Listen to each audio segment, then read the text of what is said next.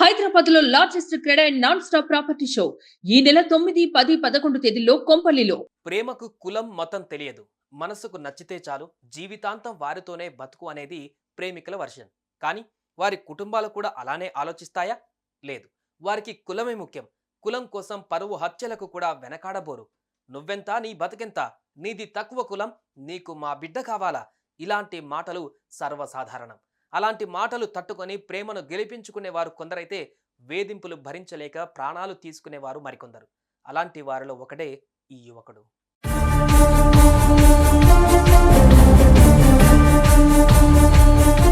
కుక్కట్పల్లి శంషీగూడ పరిధి మహంకాళి నగర్కు చెందిన చిన్న మరియమ్మ దంపతులకు ముగ్గురు సంతానం. పెద్ద కుమారుడు సునీల్కు 22 ఏళ్లు, డిగ్రీ సెకండ్ ఇయర్ చదువుతున్నాడు. సునీల్కు తన ఇంటికి దగ్గరలో ఉండే అమ్మాయితో పరిచయం ఏర్పడింది. అది కాస్త ప్రేమగా మారింది. ఇద్దరు గత 3 ఏళ్లుగా ప్రేమించుకుంటున్నారు. సెటిల్ అయ్యి ఇంట్లో విషయం చెప్పి పెళ్లి చేసుకోవాలనుకుంటున్నారు. ఈ క్రమంలో వీరి విషయం యువతి ఇంట్లో వాళ్ళకు తెలిసింది. వారు సునీల్ను మందలించారు. తమ బిడ్డతో కనిపిస్తే బాగోదని హెచ్చరించారు. అయినా వీరి ప్రేమ వ్యవహారం కొనసాగుతూనే వచ్చింది.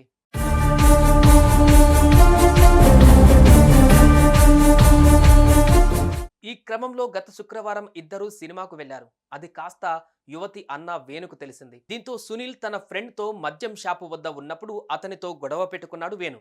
తన బంధువు భరత్తో కలిసి సునీల్ పై బీరు సీసాలతో దాడి చేసి కులం పేరుతో దూషించాడు. దీంతో పెట్రోలింగ్ పోలీసులు చేరుకొని గాయాల పాలైన సునీల్ను ఆసుపత్రికి తరలించారు. అనంతరం సునీల్ ఇంటికి వెళ్ళిపోయాడు.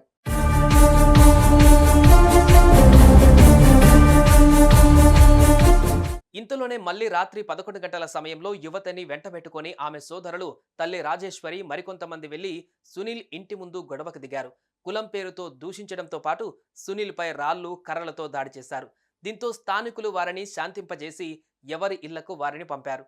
కాగా తనతో పాటు తన కుటుంబాన్ని కూడా కులం పేరుతో దూషించడాన్ని తట్టుకోలేక సునీల్ పోలీసులకు ఫిర్యాదు చేశారు. ఇంతలోనే యువతి కుటుంబ సభ్యులు కూడా సునీల్ తమ బిడ్డను వేధిస్తున్నాడని కంప్లైంట్ ఇచ్చారు. దీంతో పోలీసులు ఉదయం రావాలని కోరడంతో ఎవరిళ్లకు వారు వెళ్ళిపోయారు.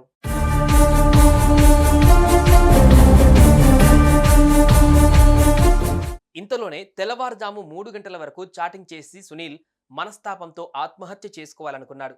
ఇంటి బయట మెట్ల గ్రిల్కు చీరతో ఉరివేసుకొని ప్రాణాలు తీసుకున్నాడు. ఉదయం ఇంట్లో వాళ్ళు సునీల్ను చూసి బోరున విలపించారు. అప్పటికే తన ఫోన్కు మెసేజ్ పెట్టుకున్న సునీల్ తన చావుకు యువతితో పాటు ఆమె కుటుంబ సభ్యులే కారణమంటూ రాసుకువచ్చాడు. దీంతో మృతుడి కుటుంబ సభ్యులు పోలీసులకు ఫిర్యాదు చేయడంతో యువతి, ఆమె తల్లి రాజేశ్వరి, సోదరులు వేణు, భరతులపై ఎస్సీ ఎస్టీ వేధింపుల నిరోధక చట్టం కింద కేసు నమోదు చేసి విచారణ జరుపుతున్నారు.